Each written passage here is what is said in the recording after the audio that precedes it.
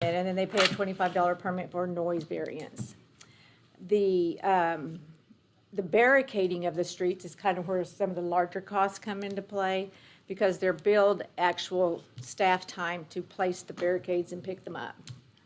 And the larger the area, or the more barricades, or whatever, that kind of goes into play with what's billed. But that's just actual time for whoever stays to pick them up or place them.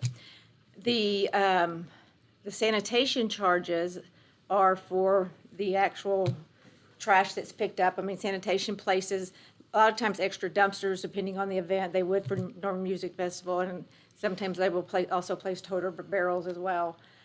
So whatever's picked up and collected and taken to the transfer station and onto the landfill is what they're charged for. The sanitation fund, as you know, is a utility. It's an enterprise fund, and so it operates just like a small business of its own. And we do still pay the tipping fees as we take it on to the landfill.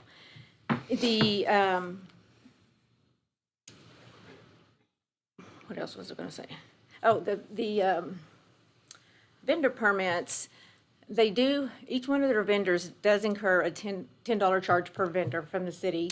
It's my understanding that they probably pass that on to their vendors, as they also pay a booth rental fee or whatever to be there. But they actually collect it and pay one fee to the city for that, for however number of vendors they have.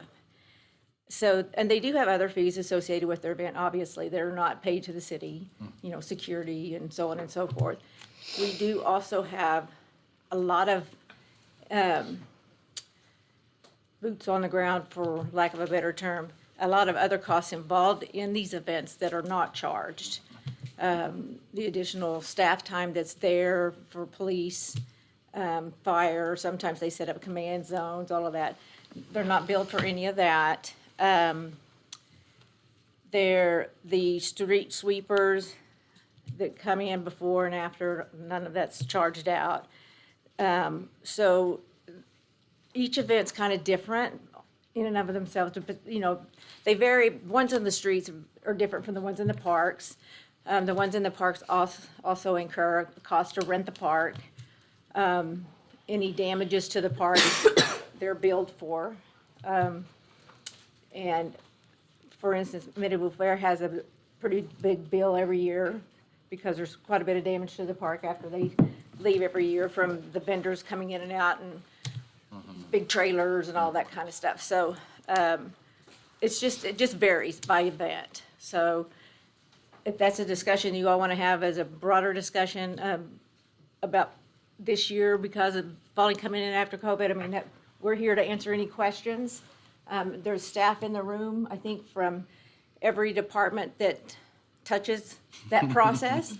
The other fee that comes into play for the city that I think of, if they have stages or tents, they do have to have a permit for that, and they're like $54 or something like that. Okay. Per stage. So that's I might have left something out, but I think I covered most of the city-related charges that come into play. Alcohol charges, we do not issue special event alcohol permits any longer. Okay. So those events are strictly through ABLE. I mean, those licenses are strictly through ABLE. And we just chose not to do those, because they're already paying a pretty good fee for the ones that get through the ABLE Commission. So Okay. And happy to answer any questions. any of the fees that you listed, are we able to waive all of them legally, technically? By code, you would take council action to do it. Okay, but there's nothing that's, Because it does, it states in the code that I can't issue the permit without fees being paid. okay, that's basically what I was asking. Okay. Councilmember Holland. Yeah, so I guess my intent for requesting waiving fees for festivals this year was that that several of them have been on hiatus for 1 or 2 years at least, and the budget surplus that we have, and that we had talked about one-time expenditure, or what can we do with one-time money, and it seemed a relatively low cost and a very goodwill gesture if we kind of helped our festivals get back on their feet for this 1 year only. So next year would be back to normal, but for this year only that we think about, you know, I mean, is there a scenario where this could be an annual thing? I mean, I think we'd have to draw some limits, obviously, on what that looks like, but I get the idea of making it a one-year thing, but I think these events bring so much to our city in terms of sales tax and just, I'm open to that for sure. just curious if that's, That, definitely came out of because sure, we're coming out of sure. everything being shut down, and because we have some one-time funds we can Absolutely. potentially use for this type of thing. So, but I would definitely be open to considering changes going forward, and if there's some parts that those festivals, you know, if we could help them out by covering the cost of the street closure, or if we covered the cost of the police being there, or whatever it may be. Sure. Maybe it's not completely free, but maybe we. I think the one that's difficult is the damage to the park, you know, Yeah, having to come back and yeah. repair that. I don't know if that's one we want, that's a slippery slope. Sure. I'm not sure if we want to go down that path, but yeah, everything else that was mentioned, I think, at least to me, is on the table for discussion. So, Councilmember Schuler, sorry.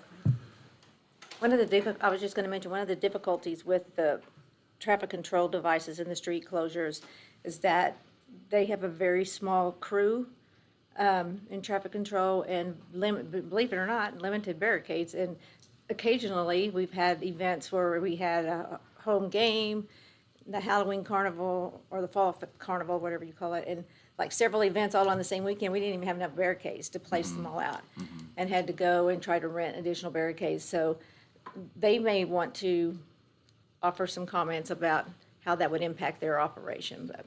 Well, if I may just interject real quick, I would suggest that like we wouldn't ask Public Works to do it for free. We, like the general fund would reimburse them for that cost still. So it wouldn't be free, as in nobody's paying for anything. It would be, we have a general fund surplus, we can contribute to the city services, cover the city service costs that Yeah, the festivals are paying for. break even. So, Sorry. Councilmember Schuler. Yeah, so you were highlighting kind of the cost of the different permits, and I mean, the permitting is like $25. So that seems relatively small in terms of like what we could cover with what Councilmember Holman is saying with like, you know, being able to pay. But the other charges, sanitation, barricading, those are kind of the larger incurred because it's talking about personnel and staff timing and things like that. So I guess if we're looking at, you know, potentially waiving fees for, or, you know, permits for festivals this year, what kind of cost overall are we looking at? Like, how much is a full scope? Like, what would Norman Music Festival cost, or, and then others subsequently? Well, I mean, Do it we have a- varies, like I said, based on the type of event, but for instance, you have 6 home games typically. There's a lot of cost involved in those, and barricades for all of that. They do pay for their barricades, they pay for traffic control and sanitation, you know, all that stuff, on the corner, just like any other event the Merchants Association does. So I think it's hard to say, I mean, we'd have to kind of go through and just add it all up, I guess, but the duration of it, the length of the closure, I mean, how much property's taken, all of that comes into play on what the actual cost of is for that closure. I mean, sometimes it's Art Walk, for instance, that was averaging about $600 a Art Walk for the barricades, and coming back and getting them, you know, for them to come back to work, get them, place them up, all that kind of stuff. So that one I know is kind of an average. The others just vary. The music festival is probably one of the largest because of the number of streets impacted and the number of different barricades and the number of times that they shift during the festival. I mean, sometimes, like, for instance, they're not all closed at the same time. Thursday night, Crawford will stay, it'll be closed Thursday night, Friday night, but it opens back up, or Joan, I mean, so it's the most complicated one as far as logistically closing. All the ones that are in the parks are not as big of a deal because they don't impact that part. So it's game day, it's Norman Music Festival, and then it's the plethora, I can't even tell you how many of these 5K races stuff that gets filed for. Those get issued under what we call parade permits, but they still require traffic control and police on site. So that one, I think that one is far in excess of any of our other special events. That creates issues for the PD for staffing. But, I mean, we could try to put some numbers together for you, but off the top of my head, I couldn't tell you. Yeah, I mean, I think it would be helpful to kind of see what, the impact would be on the city side, but then also what the impact would be for the festivals and the entities that would be receiving the waiver. Like, how much of a budget kind of saver would it be for them? And so what kind of incentive is that? And kind of to bring back all of these different things that we've been lacking over the last several years. I mean, I'd really like to see kind of both sides of that, and how much money we're talking from, what Councilmember Holman is saying from this surplus. I think those would be really important numbers to kind of look at. But, I mean, definitely in support of the idea of, helping our festivals come back to life after the pandemic and, supportive in what they bring to our community is such vibrancy and, sales tax dollars and visitors and foot traffic and all of those things. So, but what is the, gonna be the impact? Yeah, Probably have to go back to 19 to get you a pretty yeah, general cost. Well, then, yeah, I think you highlight a really important point that it's like there's a big difference between Norm Music Fest, which is a big festival and takes up a lot of area, versus a bike route, which probably, I mean, serpentine's probably all over the place. And then you're talking about just right, it's not a concentrated area you're No, trying to but enclose. it may go through 24 intersections. Absolutely, yes, It's that kind of stuff that gets So it's almost. cray-cray. Yeah. Yeah. I hate, No, that's not a real word. I don't want to pick winners and losers, so it's like, how do you make it equal and fair for everybody? But I'll think about this more. Councilman Holman and then Lee. Yeah, Sorry. so my intent really too, I mean, definitely open to having a conversation about future years and overall fees and stuff, but my intent really was about helping out the festivals that have been gone and are trying to come back this year. So like, I wasn't really thinking about game days because we had game days this year and during 2020, we had game days. I know there was limited capacity in 2020, but it was still pretty busy on Campus Corner that year, and it was very busy this past fall. So I was really thinking about the festivals that have had to be closed down for the last couple of years and are just trying to get back going again. So that's really my initial intent is, so I wasn't really thinking of all festivals or bike or 5Ks Sure. or anything like that. I was really, primarily thinking about Norm Music Festival and Medieval Fair, and Fall Fest maybe. It's almost Jazz and like, June's coming up. almost Jazz like and June. the one-off festivals. Any of the ones that weren't able to be be going the last couple of years, and just a one-time gesture to help them get back on their feet, really. Okay. I think that what I saw in the email from Sherry from NMF was 4,000 something. So that's why I'm thinking like 5,000 per festival. That's $15,000. We could probably come up with that and cover it this year, right? Sure. So And to a board that, operates on volunteers and Yes, provides a and free festival, free I think that's festival, yeah. that's a good chunk of change for So anybody. yeah, that's kind of where I came from on this. Understandable. Councilman Ball. Yeah, and this really did originate from a conversation following another meeting, and we had, sent an inquiry about it, in, I think about a month ago now. And so you've pretty much summarized it, so, I also was in support of trying to, as a good faith gesture, for just exactly what you said, with the festivals that have been disrupted, were not allowed to even happen. It's never an easy path, right? So now it's like, okay, what is a festival? What do you have to qualify to do that? We're just thinking of, the obvious ones that have such an impact, and, you felt such an impact of not being able to have it and the disruption of all that.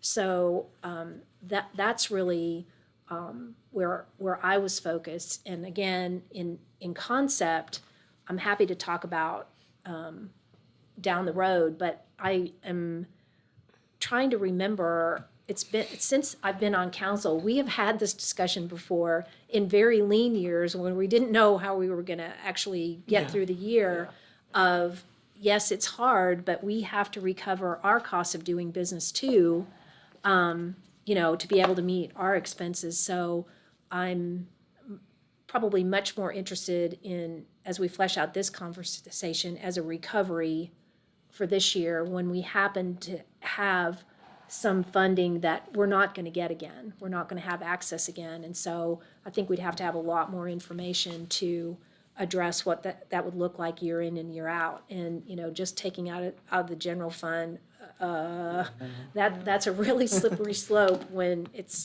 we're in a very unique combination of circumstances of recovering from a pandemic, of having, federal money available to us, to having a robust sales tax year. That picture has not looked like this since I've been on council. Ever. And I don't expect it to last. And so, I guess for the purposes that we're here today, I'm the most interested in focusing on how we might be able to have a recovery type effort. And then again, how do you make it equitable? Who else is out there that we haven't thought of, winners and losers? Right. And, is it a flat fee per festival, or is it how much it costs? Or, $5,000 might be the perfect number for the Norman Music Festival, but that may be too high or too low for expenses that someone else has incurred. I don't know. Those are the questions I think we're trying to figure out. It's almost like it needs a cost benefit analysis. Like if you bring X amount of dollars in sales tax to the city, you get X amount of fees waived. 'Cause Well- it's just a direct investment in ourselves. But I do understand that it is a slippery slope, and so good pilot program. Maybe. So, well, I'd love to address, just the recovery for this year, because we've certainly tried to do that Sure. with a lot of different groups. We've been able to, because the Norman Arts Council is funded by the hotel motel tax, we Right. were able to provide some recovery there. We've been able to provide recovery in a lot of places, and I think that's really where this whole conversation got generated from in the first place, was how could we help this year? Well, let me ask another question then, just to kind of get it out there. Say we come up with a number that it covers these festivals this year, and let's just say it's $40,000. What if we were to put aside 3 or 4 times that into a pot, basically, because we know that these festivals aren't going to get back to 100% in year one. So if we had something that was kind of a sustained effort over a period of a few years, we've got extra money this year. So if we kind of set it aside and put it in a little pocket, I'm not talking a ton of money here. That would be $150,000. Again, just put it out there for discussion, if that's even an idea you guys have an appetite for. And I'd just be interested really in hearing from staff too on how that would impact Sure. them, so.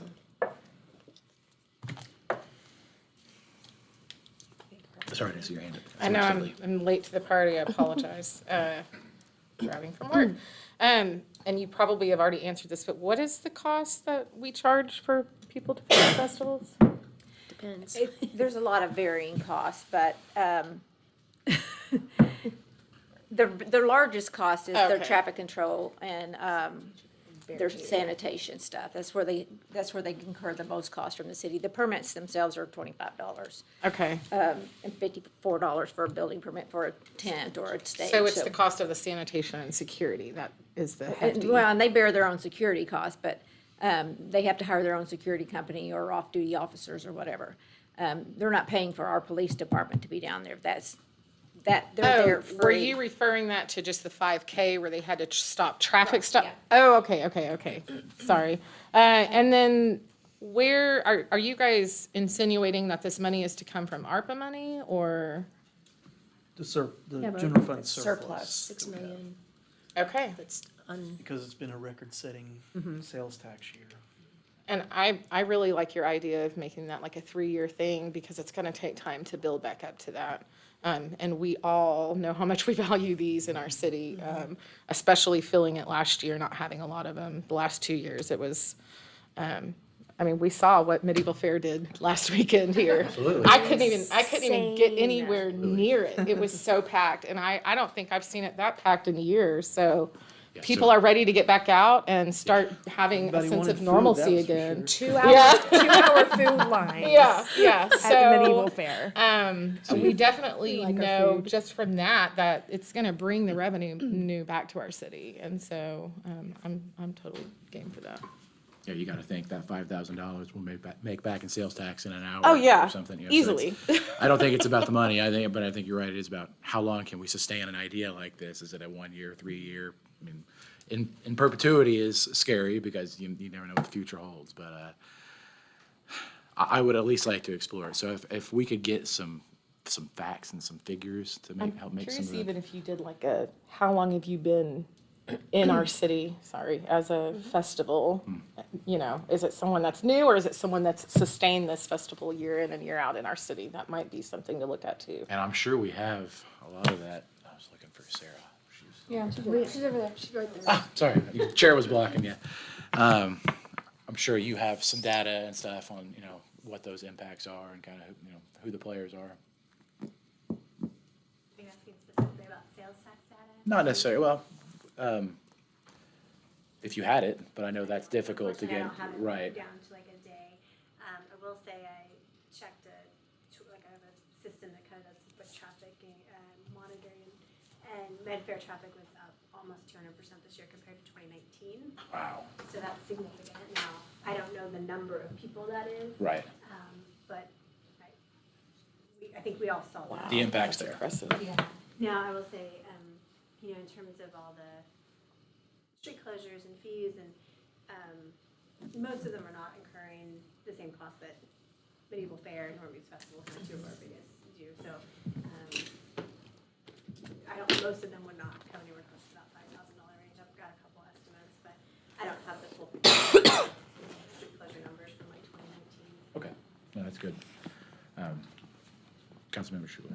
Yeah, I don't know, since Anthony isn't here, if anybody can answer this question. I'm just thinking in terms of like fiscal year and where, like how this falls, because like we just had Medieval Fair. We're getting ready to have Norman Music Fest.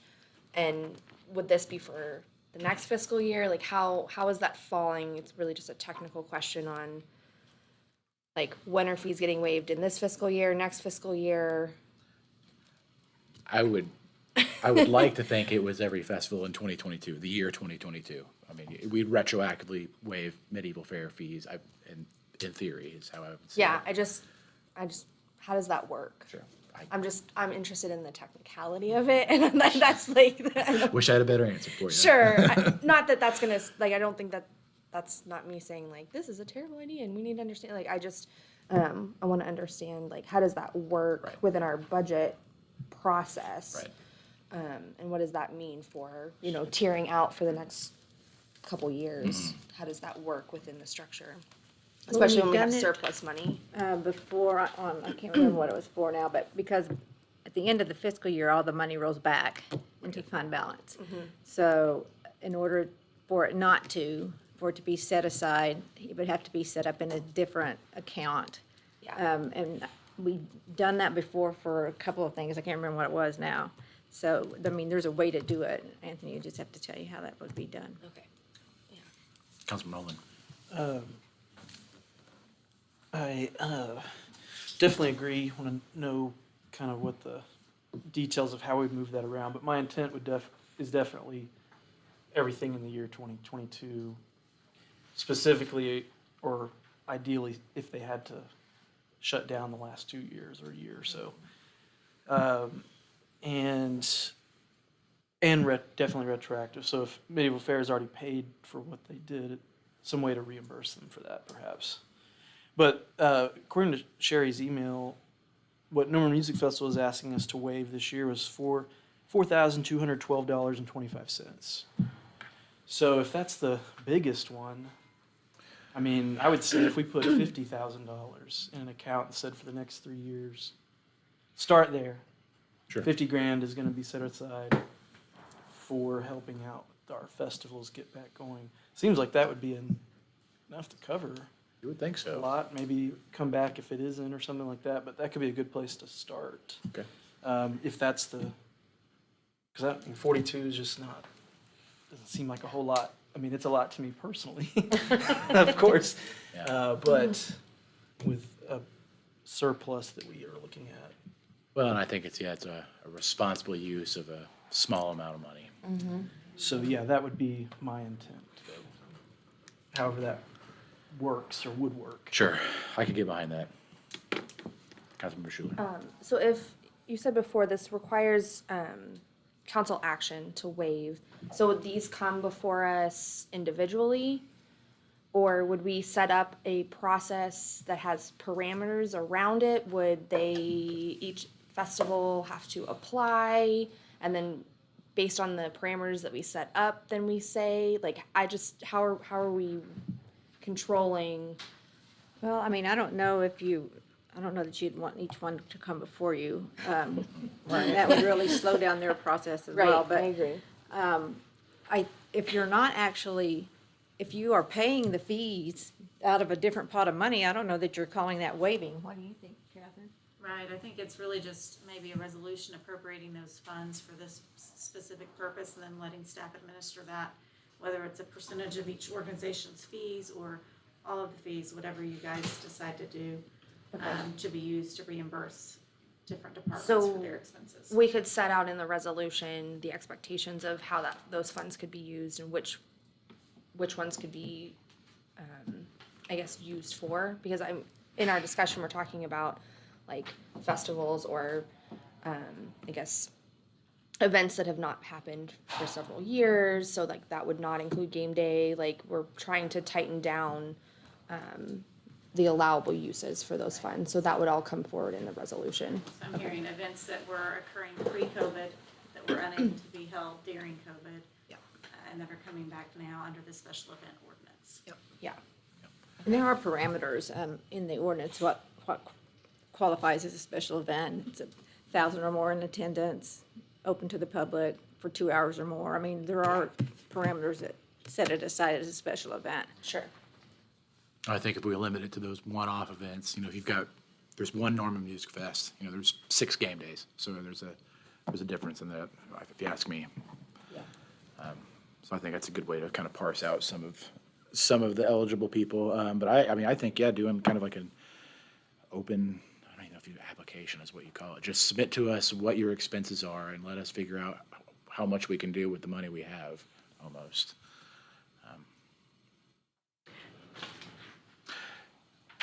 Public Works or anybody want to weigh in on how this might impact them? We're here to serve, Mr. Chairman. All right. I would just mention that one of our challenges is that most of these occur evenings, weekends, and holidays. So we're just recovering our overtime costs and our equipment costs. We're not absorbing the fees. No, sure. I think that's why our fee structure was created, to just balance our budgets. Very inexpensive as well. Yeah. Yes. Very much so. So that's really where our traffic control and street sweeping fees, if we have those, come from. Okay. So it's a budget impact. We just need to figure out how to fill that gap. Okay, appreciate that. I would too request that you consider game days, if that's in your package or not, because that's the biggest impact. We're spending about $2,000 per game day just on traffic control. Still not I think that that big. should go. Not a big number, but if game days is in the mix, we need to know that, because that'll be a big budget impact. If it's just the other 4 or 5 big festivals, that'll be a much lesser number. I like the one-off No. that you mentioned. Well, I Born interrupted. I just, I don't want to close the door to an opportunity. I mean, if it's, again, a cost benefit, if they're generating X amount of dollars of sales tax, I don't know why we wouldn't consider it at least, but.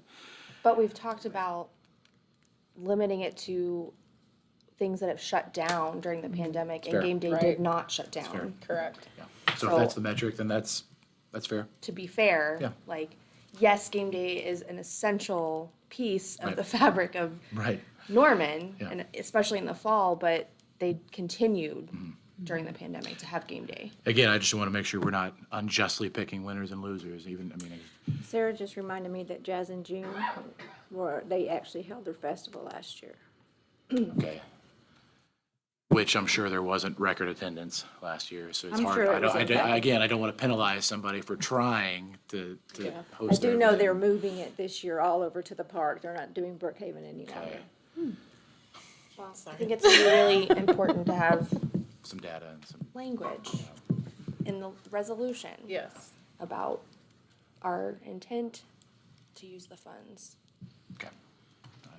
Councilman Rowland? Yeah, just, my intent again would be kind of geared towards stuff that wasn't able to happen Yeah.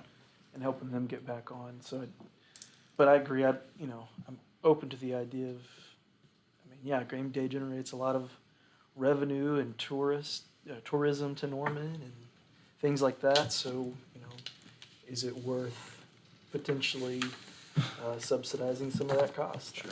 I don't know. But yeah, primarily it was about these Medieval Fair Norm Music Festival primarily have been gone for the last 2 years. Could we help them out this 1 year because we have a budget surplus? But yeah, I like the idea of thinking about the overall, how do we assess fees and what for and what do these festivals bring back to us? As far as that goes. So, yeah, I'm open to that discussion, but kind of wanting to focus it this year right in the moment on specific ones. But Okay. I think there's a further discussion definitely to have. Sure. So, Brenda, what would be next steps on something like this? We take it to a full study session, or you think we need to have another BACA meeting to discuss this? Well, time is everything at this stage if they're Right. coming up on their event. So I would think you'd probably just want to go on to a conference or study session or something. You may, we've heard that you want to limit it to those that were impacted by COVID in some way or fashion, whether they couldn't hold their events at all or they had to have something abbreviated. Just most information that you can give staff so that something could be drafted. Sure. The one-off. For the- Annual. Study session or conference would help. I think, yeah, the points that were just made, annual event, impacted by COVID. Yeah, that doesn't mean you didn't have your event, you were just impacted, which I think that's gonna be everybody, but that's fine, and that's fine. And then, one-off, I think that's also, I'd like to see what the numbers look like on a game day thing. If we're talking $2,000 or even $5,000, it's worth having the discussion on, so. Well, and I think it's fair, sorry, I was not recognized, but I think it's fair to talk about, if we're talking about impact, seeing what the impact was between 2019 and then during the pandemic of game day, like how much were they impacted by the pandemic? Even though events were held, what changed during that time? Like how much was limited? Capacity was limited in the stadium. Like there are things that were impacting that. So, but I think it's also part of the discussion when we think about like not picking winners and losers. It's not just about fairness, it's also about equity. So that we have to think about, it's not, just equality, but, Sure.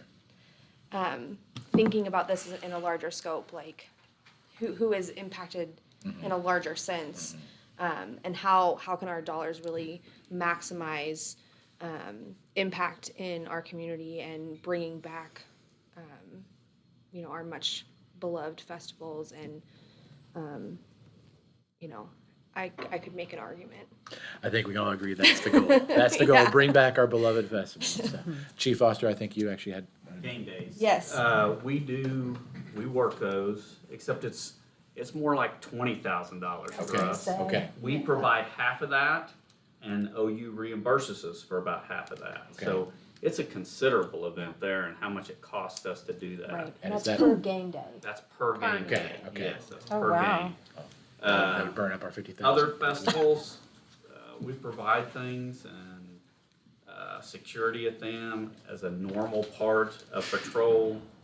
If we get into smaller things, these big ones that's always around here, like the music festival or Jazz in June, we're used to those. But when you start adding little 5Ks or this run or that run, I mean, just one the other day, they want 25 people to work around. I mean, that's easily gonna be $2,500, and it's gonna be crazy.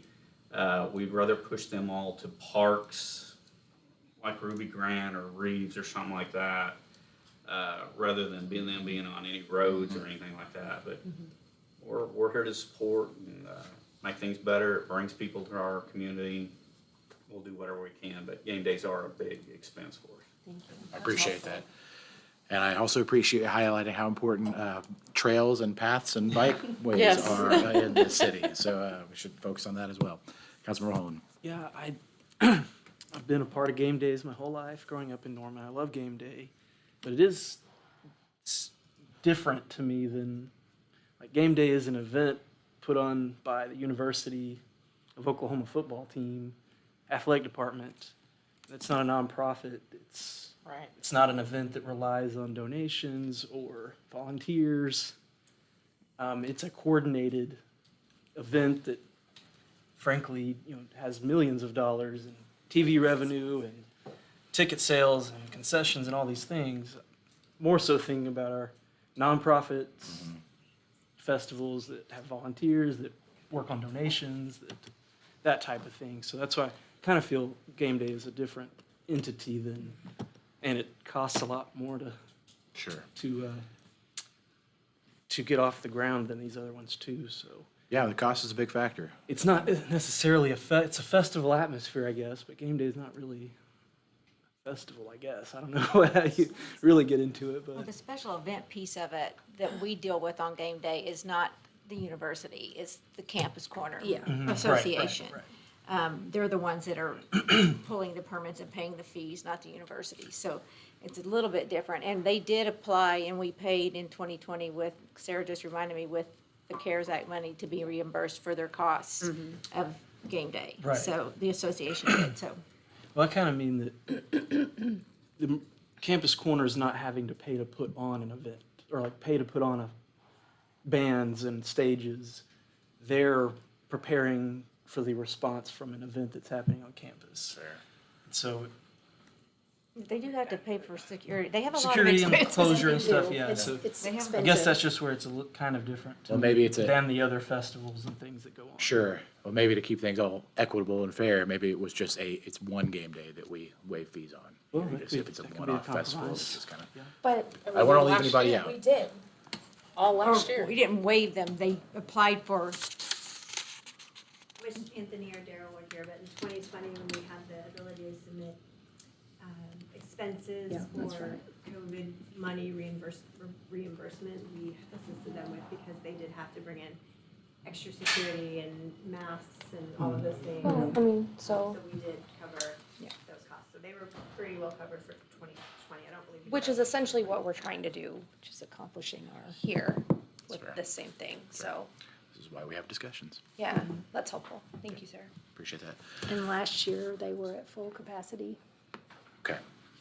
last game, Councilmember. Yeah, last and- football season. and just to throw this out there, based off of what Chief Foster just told us, the city of Norman pays $60,000 every year to have OU game days, right? Roughly. It's 120,000, 60,000 is reimbursed by OU, and our taxpayers pay for the other 60,000. So I think that we do our part with OU, just throwing that out there. But I do want to say, you had mentioned 150,000 and he had mentioned 50,000. Can we meet in the middle and make it 100,000? It just Because I seemed like think to me because 50,000 the- seems too low. Well, that was just based off of, if Sherry was asking for 4212, and that's the biggest one, then it would seem like 50 would easily cover everything, and might not, I don't know. Could be just a good start, but I'm Because if we don't use it all, Brenda, you said it would just roll back into the general fund next year, and then we could reallocate if we wanted to do this again in 23 or and just 24. because we have so many, there's so many budget needs, I kind of Okay. wanted to it will go back to fund look balance. small and just, small amount maybe. Unless you set it 75? up to where it doesn't. What would your number be? So the interesting part, it's a real shifting landscape, those fees. And the interesting piece for something like Anne Marie's Festival this year got a real left turn when she had to redo her entire maps with like 4 weeks to go because Reeves Park was, wasn't completed and had to do things, so she incurred an additional $20,000 in cost, right? More than that. No, Just on that one piece. we talked I about. lost Yeah. 18,000 in revenue, just before I even opened the gates because of vendors that withdrew because of how far they were gonna have to walk from parking to set up their booth. And then I haven't gotten all the bills in yet, but just generators and spider boxes and cables and stuff was 11,000. Right. But if the big thing that terrified me in 2020 before I shut down was that I was trying to find security options to have instead of utilizing police, because at that point in time I was told it was going to be $55 per man hour for police, and I wasn't finding any security companies that had enough people for me. All that stress went away when a week later I had to cancel. But that would have hit me for about $7,000 to $8,000, Right. an expense I've never had before. When I took over 12 years ago, we didn't pay to rent the park, but we did pay if there were repairs to be done. Now we pay, I think it's $2,200 to rent the park. Right. The $10 per vendor sounds really low on a special event permit. On a regular year, that's $2,400 for me, because I have 240 vendors. This year I only had 165, so it'll be a little bit lower. And I apologize for the long food lines, I only have 30. That's okay, that's a good problem to have. Not 40. Good problem. Yeah. It looked So like a that's- good problem to have. Yeah. The interesting part about the shifting, and thanks for bringing that up, is that as we grow as a city, as there are more events, as we see the impact on our police department, the numbers of people or public works, and we have to increase streets. When we started also, we weren't charged for any of these services. And so what gets added to our budget, and sometimes just by the very nature of things, there's no intent in it. Sometimes we find out kind of late in the game. A couple of years ago, we found out a month before the festival that inadvertently, the bills for street closure had been being sent to the Norman Arts Council, who kind of discarded it, thinking it was some junk mail. So we had 3 years, we had never paid it before. But before we put on the 2019 event, we had $6,000 in fees that we had to pay for the city before we could do and pay them the $2,000 that we didn't know we were gonna pay for 2019. So we find that there are additional fees that come along. I'm not saying that any of them are unfair.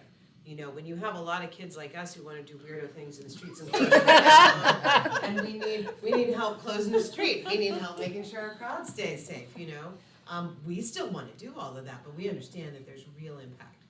We appreciate your thought that taking into consideration the huge economic impact that especially these two festivals you have sitting right here have in our town, that maybe we can find a place to meet in the middle in a year when we know we've got the funds to do. For future years, we don't know what it looks like with the police department.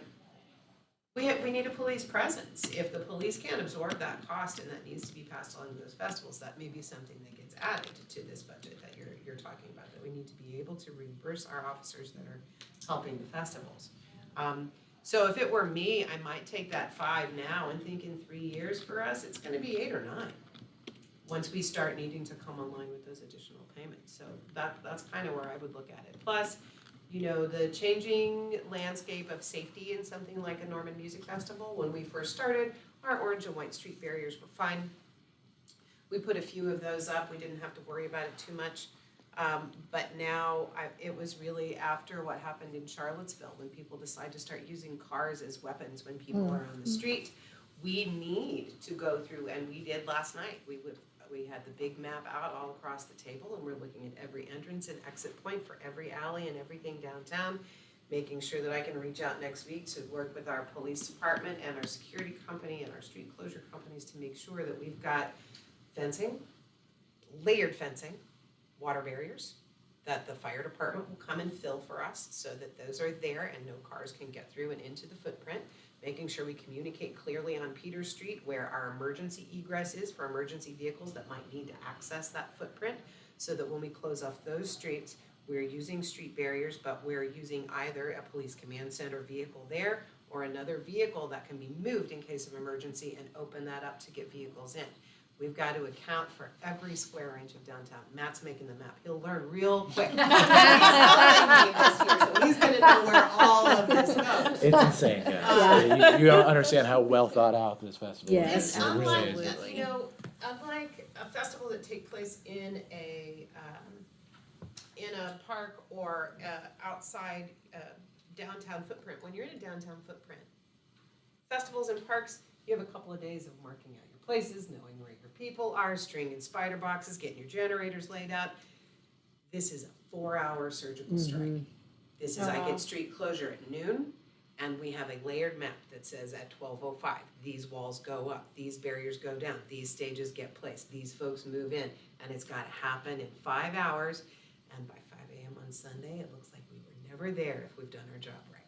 Regardless of the weather. Regardless of. I can attest to that. So, yeah, if it were me, you know, we're gonna appreciate any amount you can help, especially this first year coming back. 2 years without a festival, some of our regular donors are hurting, they don't give like they've been giving. We are in a place where we're trying as hard as we can to make up. It now takes, the infrastructure costs of the Norman Music Festival have ballooned when I came on board from about $95,000 to, we're up to $240,000 now, with water barriers, fencing, generators, all of the additions that we've got to do to make this festival work like it can.